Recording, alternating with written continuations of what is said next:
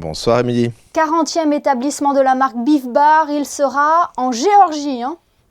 Exactement, oui, nous avons signé aujourd'hui le 40e, enfin j'arrive même pas à y croire vu que l'aventure a débuté en 2005, ça me vieillit un petit peu mais bon, je suis quand même assez fier de cela. Ça tombe en Géorgie, à Tbilissi pour l'année prochaine. Comment se fait le choix des villes dans lesquelles vous vous implantez ? Alors ça dépend. Écoutez, quand on a des restaurants en propre, parce que nous on travaille aussi bien en propre qu'en franchise, on les sélectionne nous en avance, c'est-à-dire pratiquement en Europe, on les garde nous-mêmes, on les opère nous-mêmes. Et puis il y a beaucoup d'opportunités, donc beaucoup de groupes, ça peut être des groupes hôteliers, comme ça, dans ce cas-là c'est un groupe hôtelier, et puis c'est des gens qui reviennent à nous parce qu'ils voyagent à travers la terre et ils voient un concept, ils se disent ils nous contactent et si on pense que la ville est intéressante, on y va. Et Géorgie, je sais que c'est peut-être pas la destination la plus logique, mais on a fait nos études de marché et à ce qui paraît, c'est quand même un pays qui est en avance et qui aurait sa place pour la marque. Voilà, donc on prend avec plaisir cette opportunité. Est-ce que les clients sont conscients qu'au-delà de la marque Beef Bar que vous exportez, c'est aussi l'image de Monaco que vous emmenez avec vous ? Écoutez, moi j'essaye toujours de mettre ça en tagline, vous savez, c'est Beef Bar, Born et Monte Carlo, là un petit peu où on peut, parce que c'est à mes yeux aussi une histoire de la Riviera, de Monaco, de notre famille.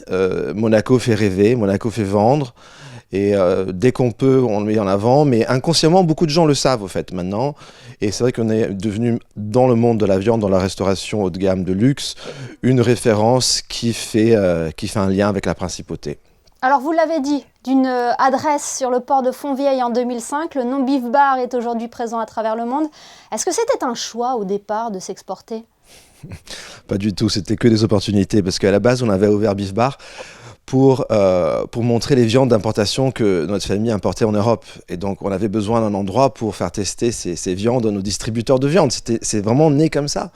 Et puis peu à peu, avec l'évolution, le temps, avec ce qu'on appelle le lifestyle, et puis ma passion et mes équipes surtout, parce que mes équipes sont là depuis, beaucoup de gens sont là depuis le début, on dit mais il y a quelque chose à faire, et puis j'ai pris goût à cette créativité, et grâce à Monaco, il faut que je le répète, on a réussi à grandir 1, 2, 3, 4, et puis c'est vrai que dans la dernière décennie, on a vu une vraie accélération de la marque, tout simplement parce que le monde de l'hospitalité a changé, tout est devenu beaucoup plus expérimental et on a eu la chance de faire partie de ces marques qui ont plu.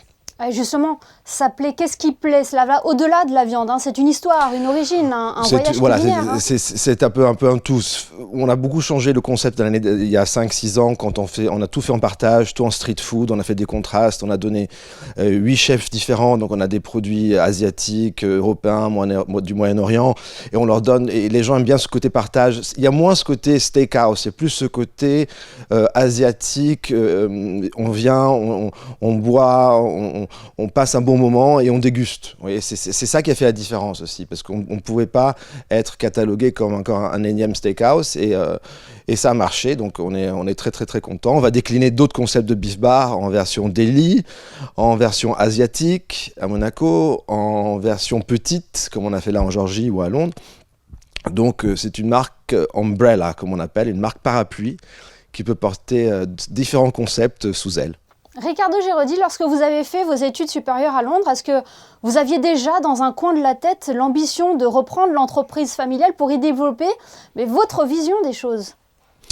J'avais, comment dire, je sentais plus ça comme une obligation, et puis j'en ai pris vraiment à cœur. J'ai beaucoup aimé ce métier, j'ai appris à aimer la viande, j'ai appris à marketer la viande, chose qui n'était pas facile. Il y a 20 ans, on vendait des entrecôtes et des filets, on ne vendait pas des origines ou des races.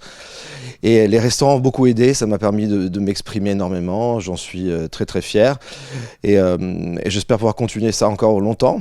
Et Monaco va beaucoup aider, je pense. Voilà, donc m'a beaucoup aidé surtout. Certains disent de vous que vous êtes visionnaire, vous êtes d'accord avec cela ? Je laisse les mots aux autres, moi je ne peux pas me définir. Mais aujourd'hui, Ricardo, on peut parler d'un empire familial pour le groupe Giraudy ? On peut simplement parler d'une fierté, et je sais que mes parents sont très fiers, ça ça me touche vraiment à cœur. Vous savez, moi je suis dedans toute la journée, on voit que les belles choses et moi je vois beaucoup de problèmes du matin au soir quand je viens travailler au bureau. Donc j'ai du mal à me détacher. Peut-être dans le futur je pourrais réaliser, et puis j'aime bien aussi garder je suis quelqu'un de un peu plus timide, même si je n'en ai pas trop l'air, et plus humble là-dessus. Moi le succès ça vient d'un merci, bravo, des petites choses comme ça. Et je pense qu'on a encore beaucoup de chemin à faire et je ne pense pas avoir accompli encore tout. Donc j'ai beaucoup d'idées, beaucoup de projets et j'espère encore continuer longtemps. En tout cas, c'est tout ce qu'on vous souhaite. Merci Ricardo Giraudy d'avoir Merci été à vous. notre invité. On rappelle aussi à nos téléspectateurs que vous avez été également l'invité de Geneviève Berthy dans Monaco Info, le podcast qui est toujours disponible à l'écoute sur toutes les bonnes plateformes. Merci beaucoup Ricardo. Merci encore.